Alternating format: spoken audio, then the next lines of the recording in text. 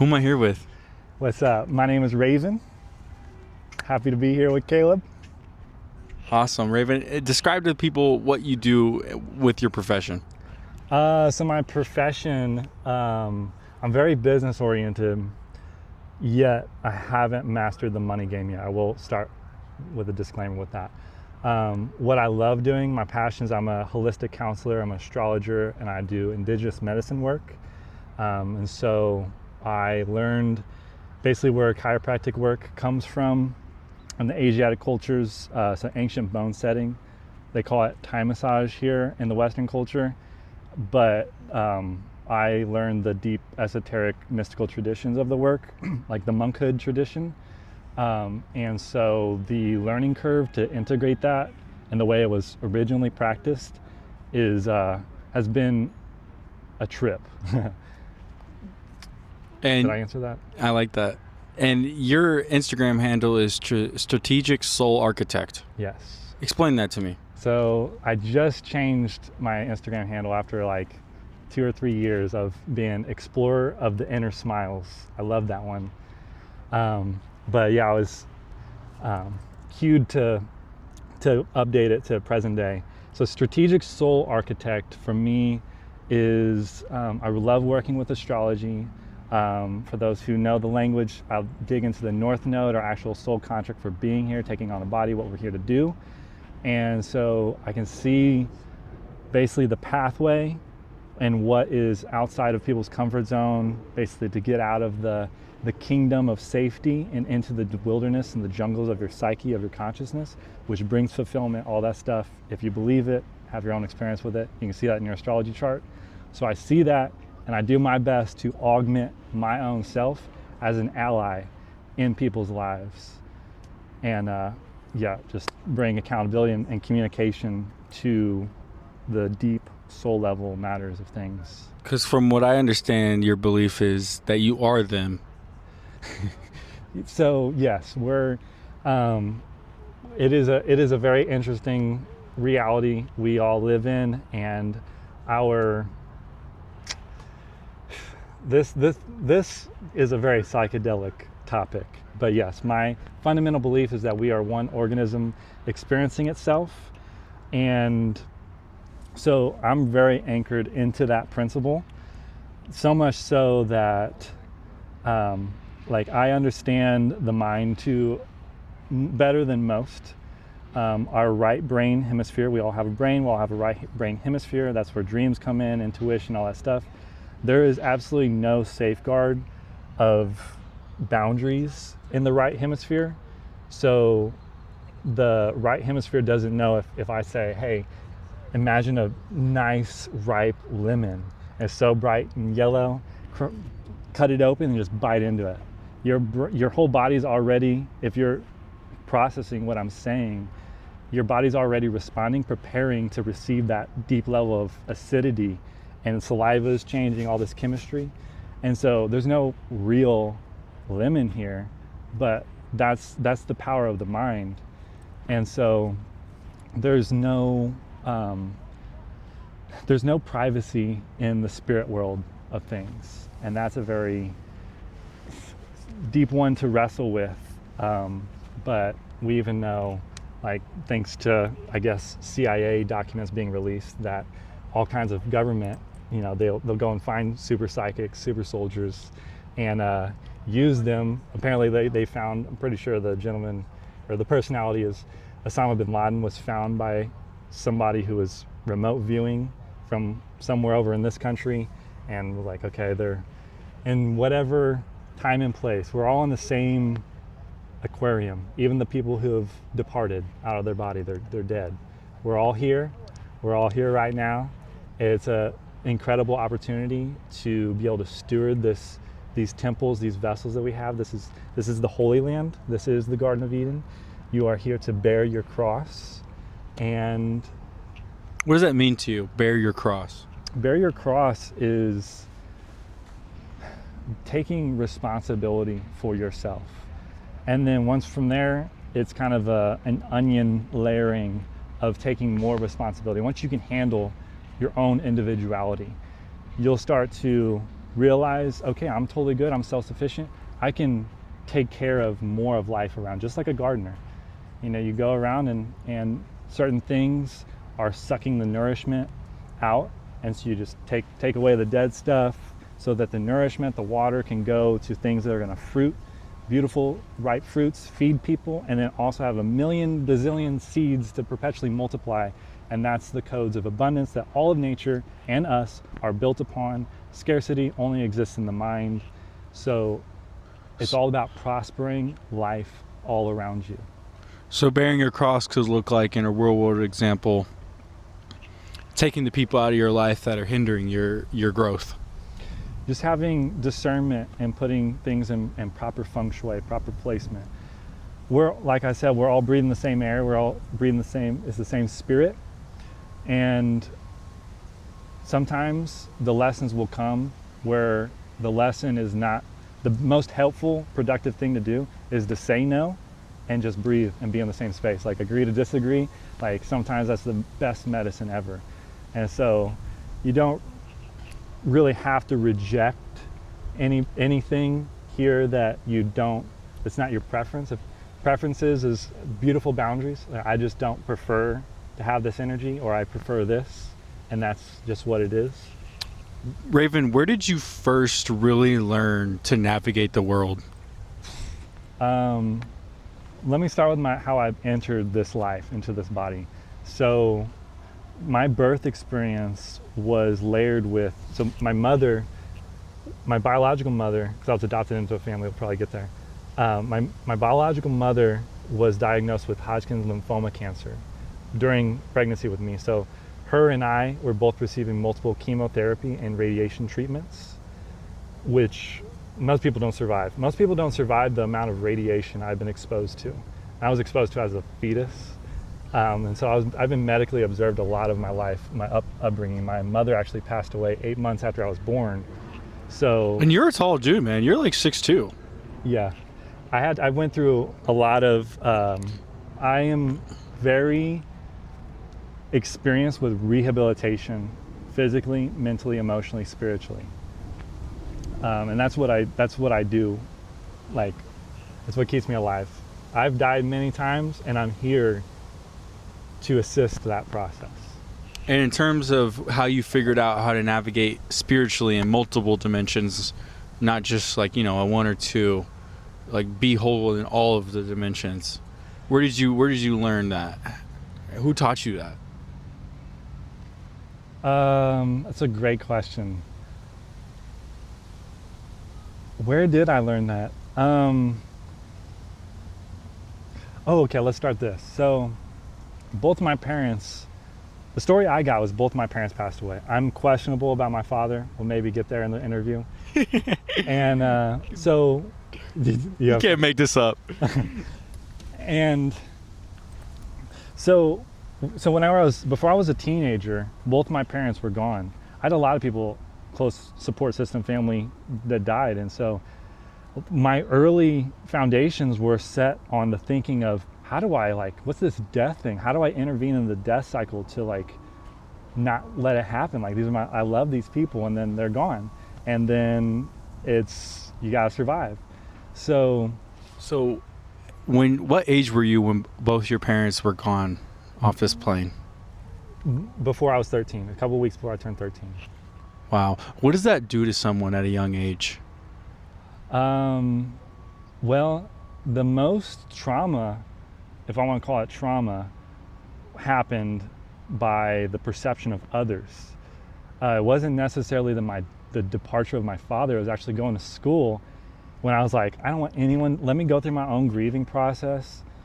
And your own misery. Yeah. And then my school, my elementary school, or whatever school that was, middle school, two of my classes, the two of the teachers informed my entire class while I was gone for 2 weeks that my father passed away, and they all made these homemade little grieving cards. And no one, majority of 12, 13-year-old, maybe 11-year-old children do not know the realities of death. and to be consoled by people who do not know, and like they're in a better place, they're in heaven, all this stuff was so disrespectful for me at the time. I was so pissed. And then when I came to school, because they sent those cards home, and I was like, oh my God, all these people know about this. Like, I'm not sure where I am with myself with this, and I'm gonna have all these questions or whatever, this awareness and attention on me. So when I returned to school, I was that guy that his father died. And like, how do you relate? How do other co-students, peers relate to that? Even teachers. Most people don't know how to relate to people who've had very close people die in their lives. So for you, the social dynamic was the hardest. It's very alienating, yeah. And then it was just like, even if I wanted to be cool and like relate to people, you're the presence of death. And people don't think about, the first thing people think about whenever people die and you're consoling somebody is, oh, what would it be like in their own relative experience? What would it be like if my father or my mother died?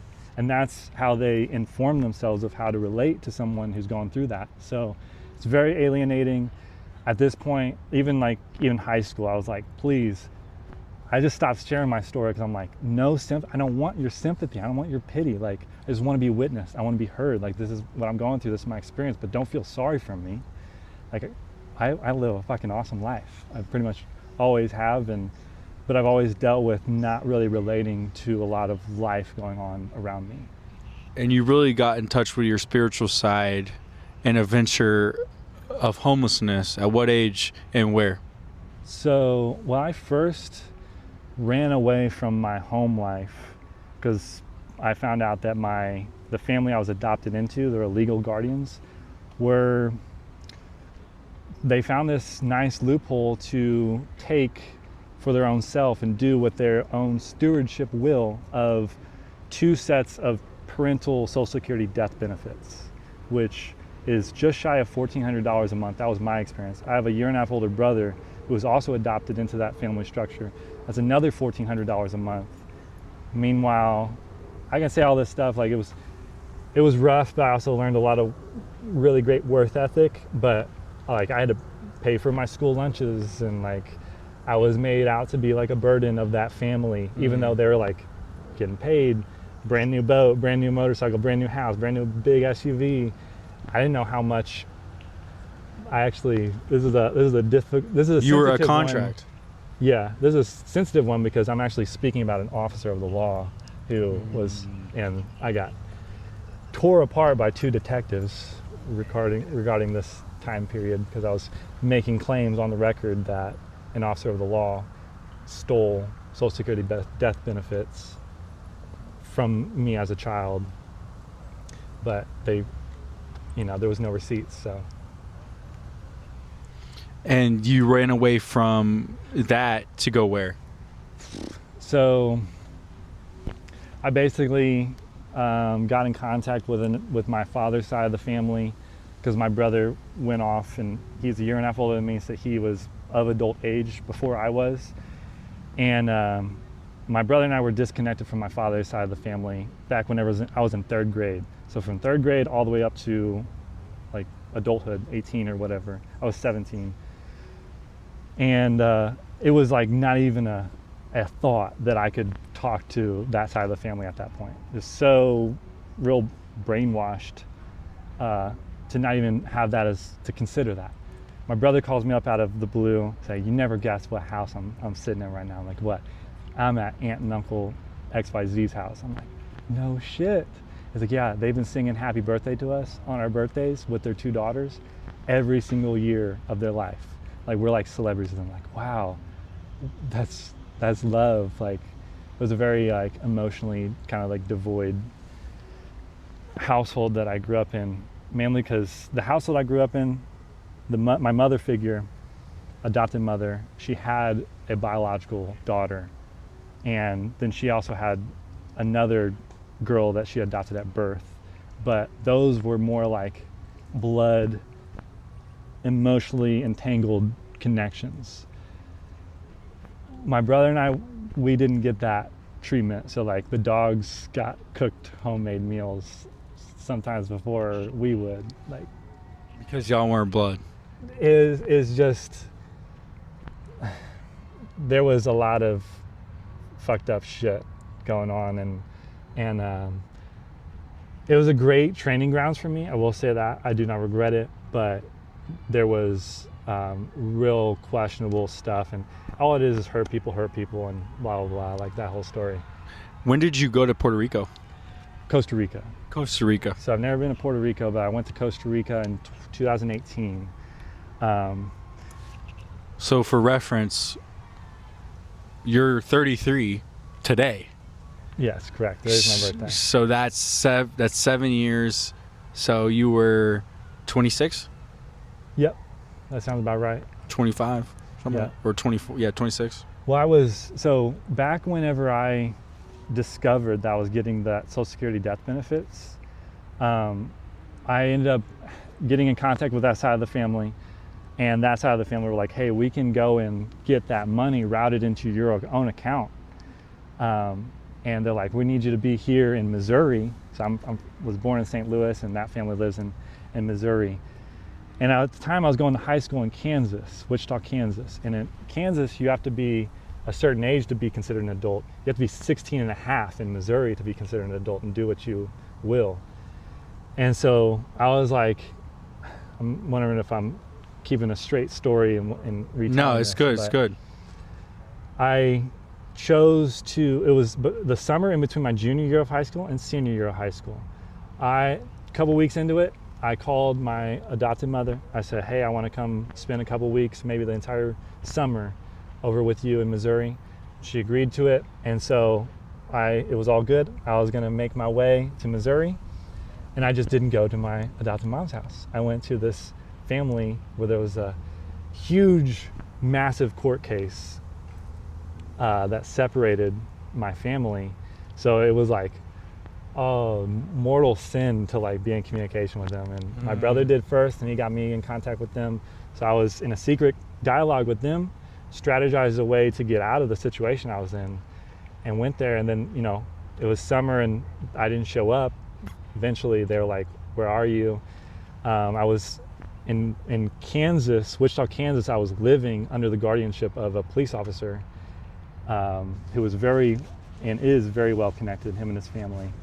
And so I got charged as a runaway, or was on the in that kind of situation. And everything would be good if I would have stayed in Missouri, but I was so hard-headed. I was like, yo, this is my senior year of high school. I was a pole vaulter. And I was actually coming out of my introversion in a way, and like kind of getting a sense of like popularity and getting all kinds of dopamine hits and maturing. And so I was like, this is like my senior year of high school. I got to go back to where like what I built. I don't want to go to a new high school, because my family was like, if you just stay over here, we'll take care of you, all this stuff. But it's like questionable territory if you go back to Kansas. And I was like, I'm gonna go. As soon as I went back, my aunt went with me, and my school staged they trapped me in the back. They coerced me and my aunt to come back, and they said, come on a day right after open house. Went back there, showed up the day after. It was empty. They said, I spoke with my counselor like 5 minutes. They said, I'm gonna go get some paperwork. Came back with 5 police officers. They arrested me on the spot as a runaway. My school set me up. And then you took off. From there, I was in the custody of a juvenile facility, and I could have left at any time to go home with my stepsister and her husband, but I didn't want anything to do with them. I knew, especially after like doing what I did, there was no coming back from that. It would have been extreme torture and harassment and all this stuff. And so I started to learn the power I had as an individual in the situation I was in, because I could say, no, I don't want to live with them, and they couldn't do anything about it.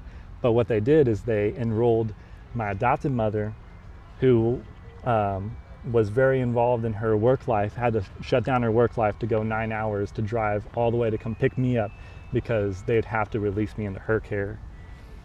And that's what happened. But she was smart and left her vehicle at her daughter and son-in-law's house to come to the juvenile facility in the back seat of my sister and husband's vehicle so that I had to leave in the situation I didn't want to be in. She was very good at that. So I'm curious to know, man, when you took off to Costa Rica, what did you do out there? And what age? You were 26? It's 26, yeah. And I just graduated a Native American seminary school. So that's where I learned the monkhood traditions of this indigenous medicine work and learned the art of ceremony and all this stuff. And it was, if you practice natural medicine here in this culture, in this society, medicine in the legal terminology is defined as deadly. So you have to have a license to practice medicine. You have to have a license to do these things. And so I didn't want to deal with the red tape, the legalities of practicing here. I thought it was stupid. Like I was actually trained to be a minister of this church, to enroll people, to be a member of this church, to be able to practice ministerial medicine, which is in a totally different distinction of law. You have public and private. Church law is in private, which is sovereignty. Public law is where you have to get licensed to work on the public to do something illegal, which is practicing natural medicine. Laying hands on people, that's really what it is, the laying of hands. So not pharma? No, yeah. If you're good, you're on the stomping grounds of some huge juggernauts that are banking on sickness. That will silence you fast. That is the story. That is the story. I love talking about, like, this is a little controversial thing. It's like there's this program that I witness, at least, that if you speak your radical truth, you'll be crucified. I don't see that. Anytime I see people die, one, you look behind the scenes, did they really die? Or did they just switch their characters? What contracts were they in? You know, like everything is spiritual. Contractual. Yes. Yeah, everything's a contract. So I'm trained to look underneath the surface and look at the contract. You know, perception is an interesting thing. Because of all the times that you've, been in misery. Do you think that's like a survival tool you've learned to look but between the lines and beneath the actual, I've had personal, real experiences of knowing or just observing, witnessing, just like mundane objects being dynamically intertwined with my being. Like it's just my imagination and form.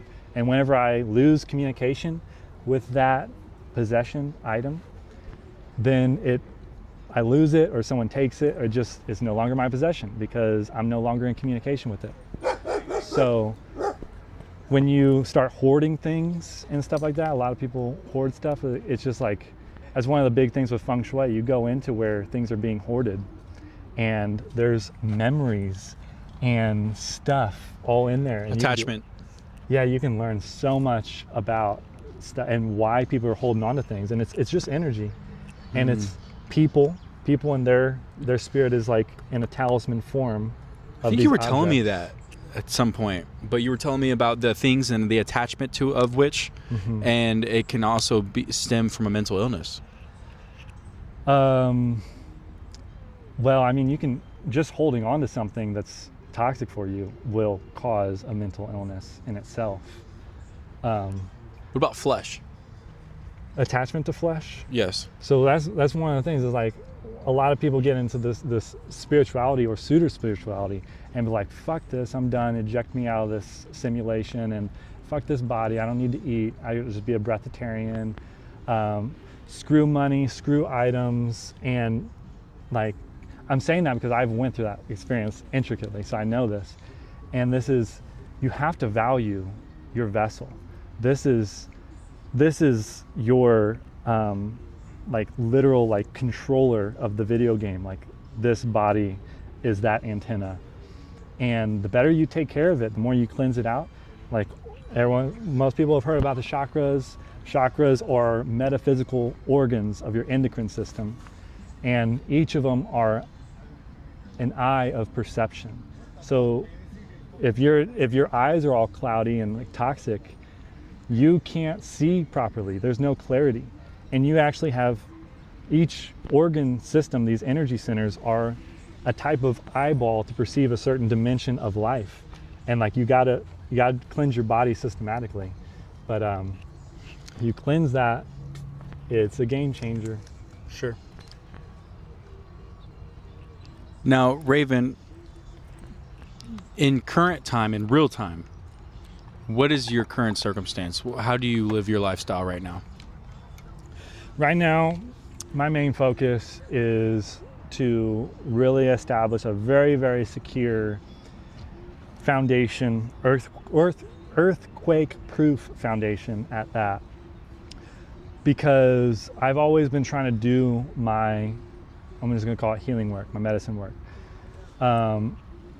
It has a lot of power to it. So whenever I unlock certain power within people's vessels, it has to be contained or else it's a fucking shit show. Especially if you don't know how to navigate your mind and it's just like running around like a unmanned fire hose. So it's like, am I really helping people if I put them in that position?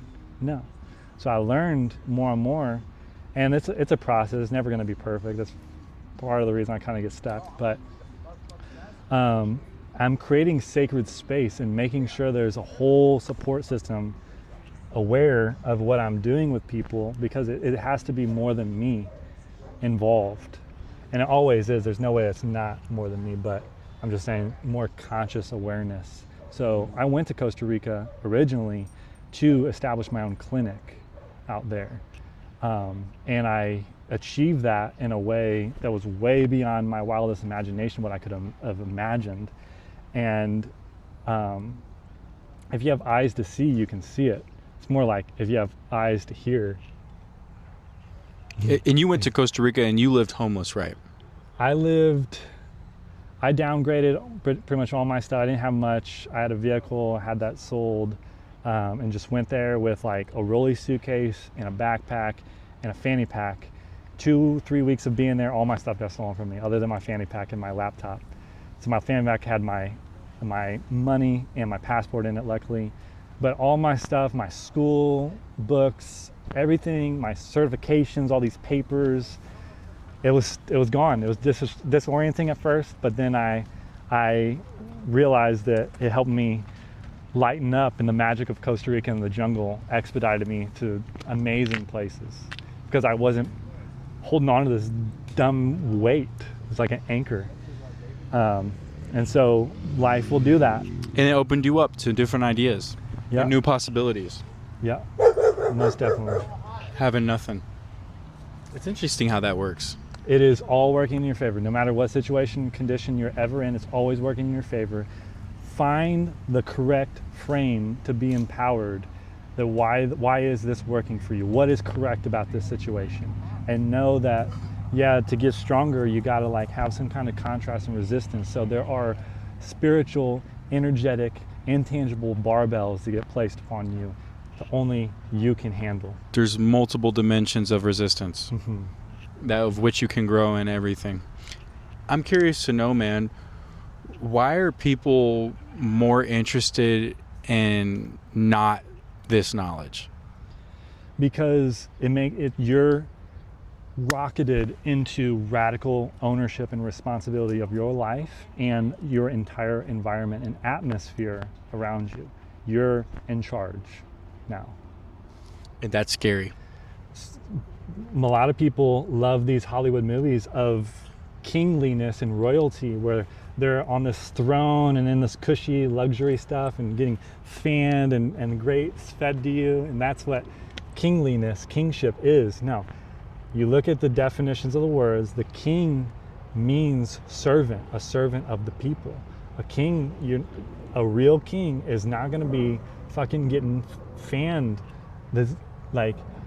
If you understand how intricately interwoven you are with your environment, you wouldn't want any kind of stagnant energy around you. There's stories of these yogis. Let's start with this. Who knows if it's true? I'm gonna say they're true. The stories of these yogis have their full activation going. They're walking through a barren fruit forest or just a forest, and it's all dead. It's like wintertime. The yogi walks through there, everything blooms. fruits grow, and then it's like, oh, there's fruit, there's food, there's nourishment, everything becomes green, it comes back to life. That is what our energy system, that's our true nature. And we're just returning to that. I don't know what happened over time, that we fell in consciousness and went to sleep as a general, as a blanket collective statement. because like you said, it's a collection. As a collective, it's observable that, yeah, that's definitely what happened. I'm not going to put that onto every single individual, because who Right, knows? because look at you.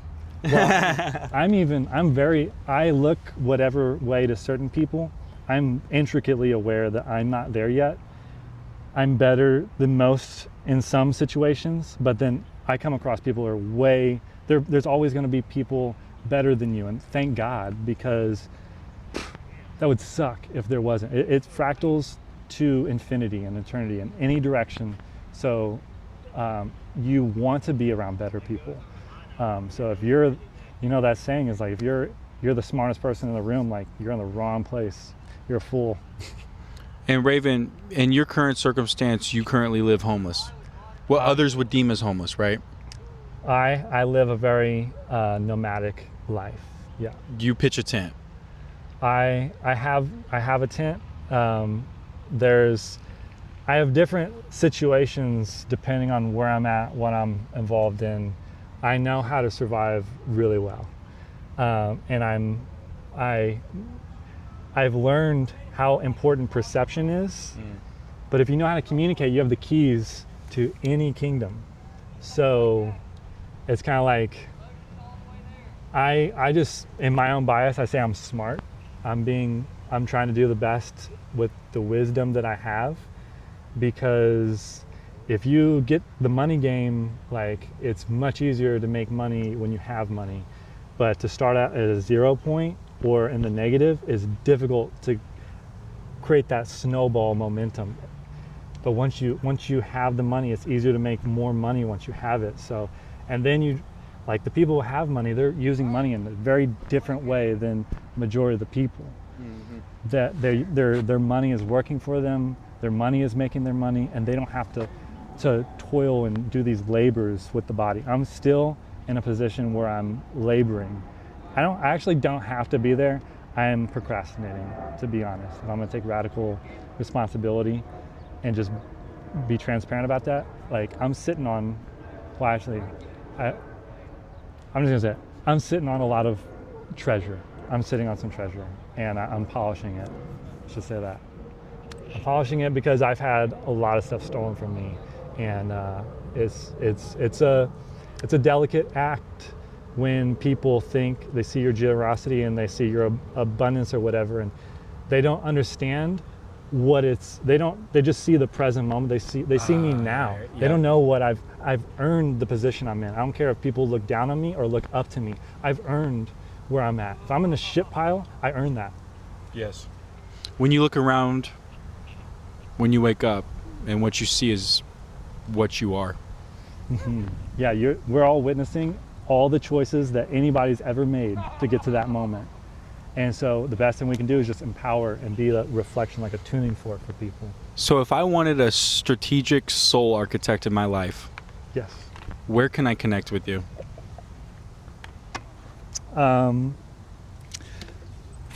This is something I haven't established the full infrastructure of. The easiest way is to contact me on Instagram, but I changed my handle, so that makes it a little bit different.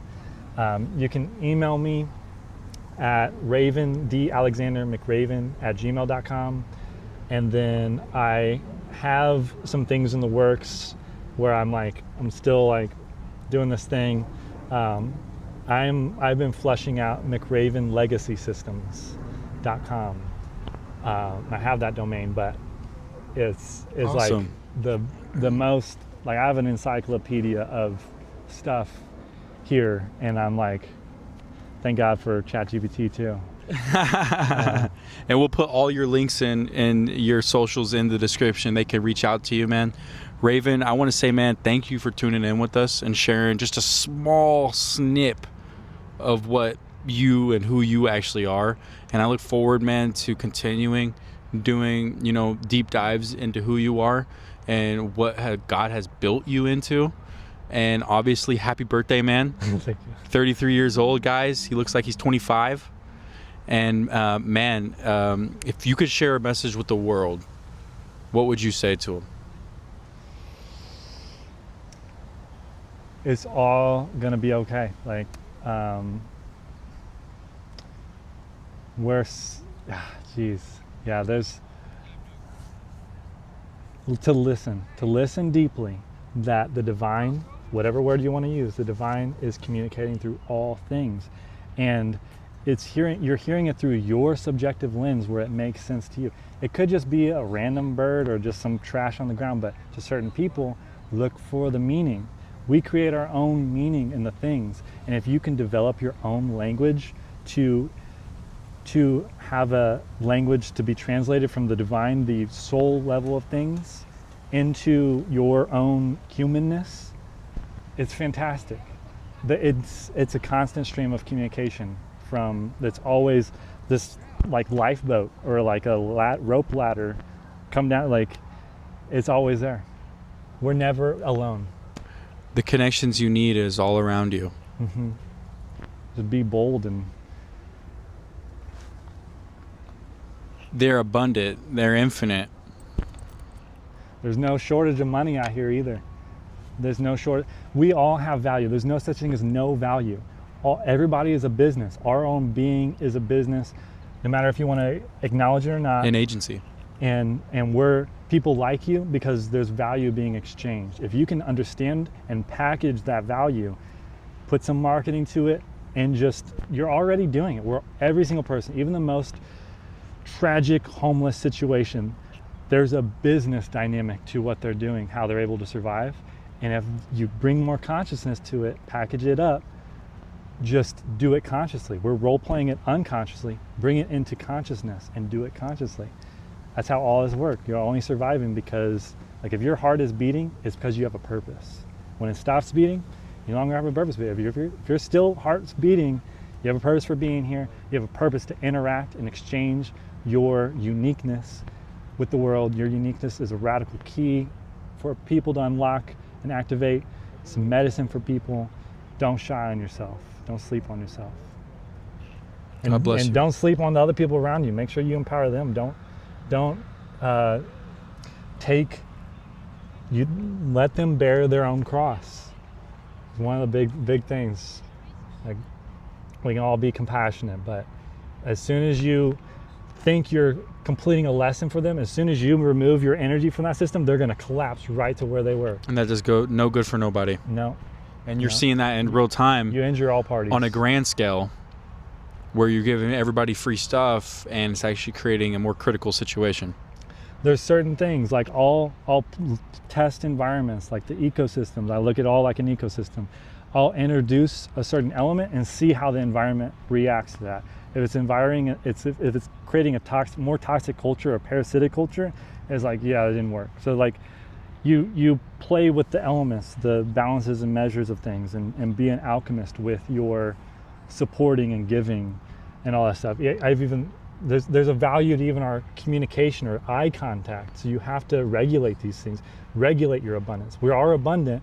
You got to regulate your abundance, or else you collapse and collapse the people around. Wow, man. Super intuitive guy, super special individual, super unique, one of a kind. Raven, man, thank you for tuning in real time, and we're going to pray for you, man. God bless you, man. Thank you.